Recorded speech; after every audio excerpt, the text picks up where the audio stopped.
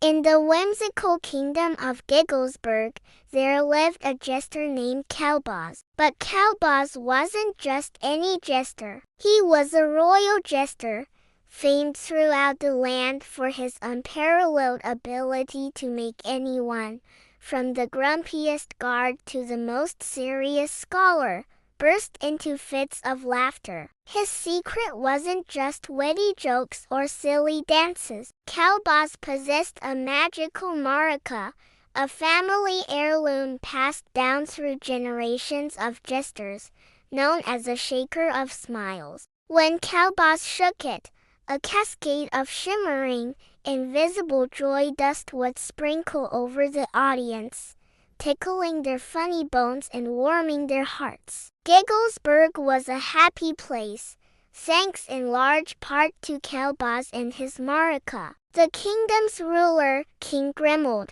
was a kind but stern man who rarely smiled. Yet, even he couldn't resist a hearty chuckle whenever Qalbaz performed. The king knew the true value of laughter. It was a glue that held his kingdom together, fostering goodwill and kindness among his people. He cherished Qalbaz and considered the shaker of smiles to be the kingdom's most precious possession, even more so than the crown jewels. It was, in essence, the lost treasure of laughter, a treasure not of gold, but of pure, unadulterated happiness. One morning, a shadow fell over Gigglesburg. Qalbaz woke to find the shaker of smiles gone. Panic set in. He searched his chambers high and low, under his jester's cap, inside his oversized shoes, but it was nowhere to be found.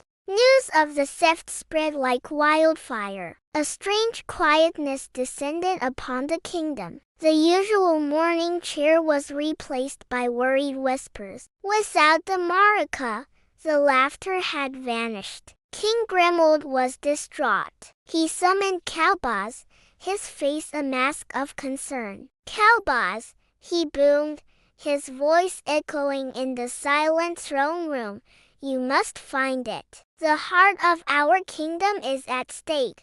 Qalbaz, though terrified, knew he had no choice. He was a guardian of laughter, and he had failed. He had to make things right. His only clue was a single, gray feather left on his windowsill. It didn't belong to any bird in Gigglesburg. He recognized it as belonging to a griffin, the mythical creature said to live atop the treacherous Weeping Peaks, a place so named for the sorrowful winds that howled through its cracks. It was said that a disgraced wizard named Morgrass, who despised happiness and joy, had made his home there.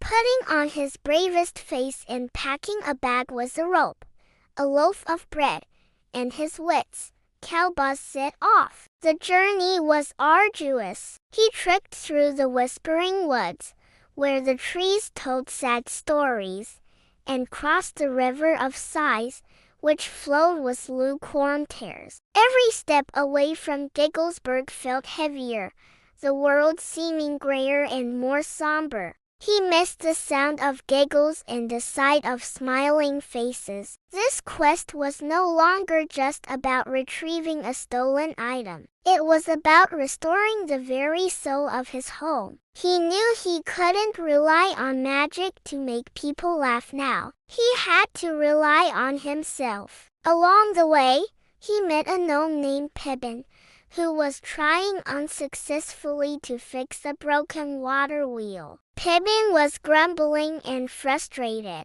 The old Qalbaz might have shaken his maraca, but the new Qalbaz sat down beside him. He didn't offer a solution. Instead, he told a simple story about a clumsy squirrel who tried to store a giant acorn in a tiny hole. He acted out the squirrel's frantic attempts, tumbling and rolling on the ground. At first, Pippin just stared. Then, a small twitch appeared at the corner of his mouth. A moment later, a rusty, unused chuckle escaped his lips, followed by another, until the gnome was roaring with laughter. In that shared moment of mirth, Pippin saw the solution to his problem from a new angle and fixed the wheel with ease. He thanked Qalbaz, not for the help, but for the laugh, which he said was far more valuable. Further on,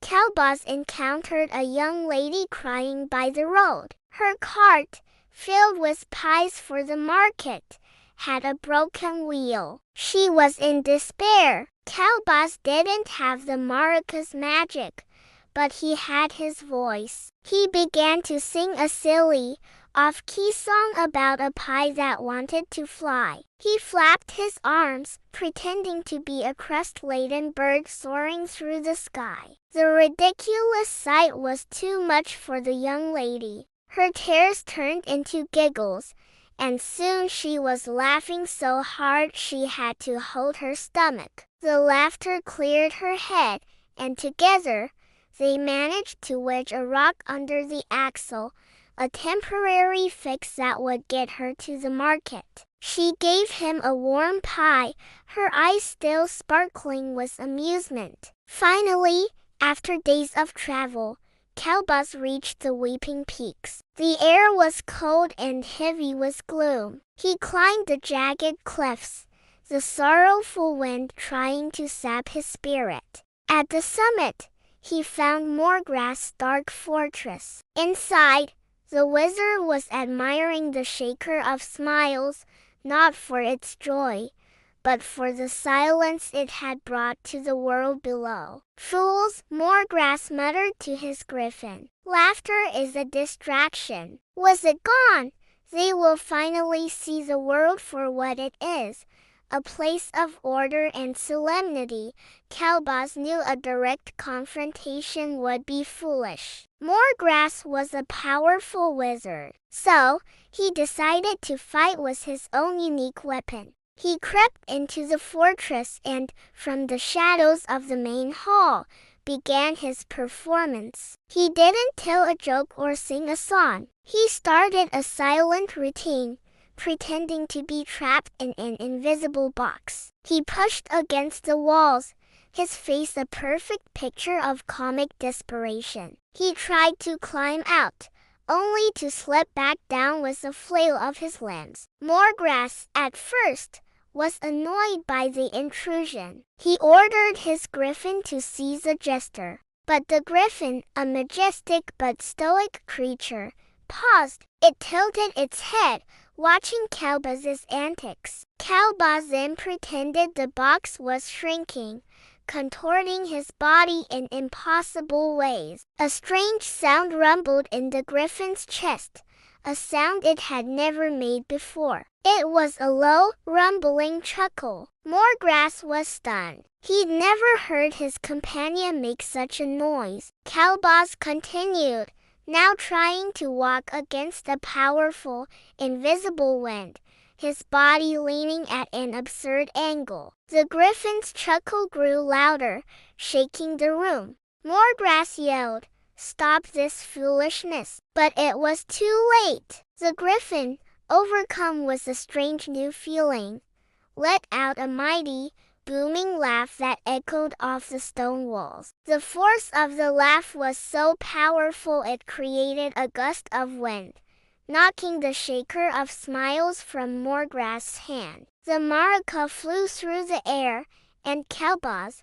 with a final, acrobatic leap, caught it perfectly. Morgrass stared, utterly defeated, not by a spell, but by a laugh. He saw his fearsome griffin rolling on the floor, giggling like a hatchling. In that moment, something inside the wizard cracked. A small, unfamiliar smile touched his lips. He saw the absurdity of it all, his grand plan for a serious world, undone by a silly mime routine. Qalbaz returned to Gigglesburg a hero, but as the cheers erupted, he didn't immediately shake the Marika. Instead, He stood before the crowd and retold the story of the grumbling gnome and the pie lady. He acted out his journey, using his body and voice to share the laughter he had discovered along the way. The people of Gigglesburg laughed harder than ever before,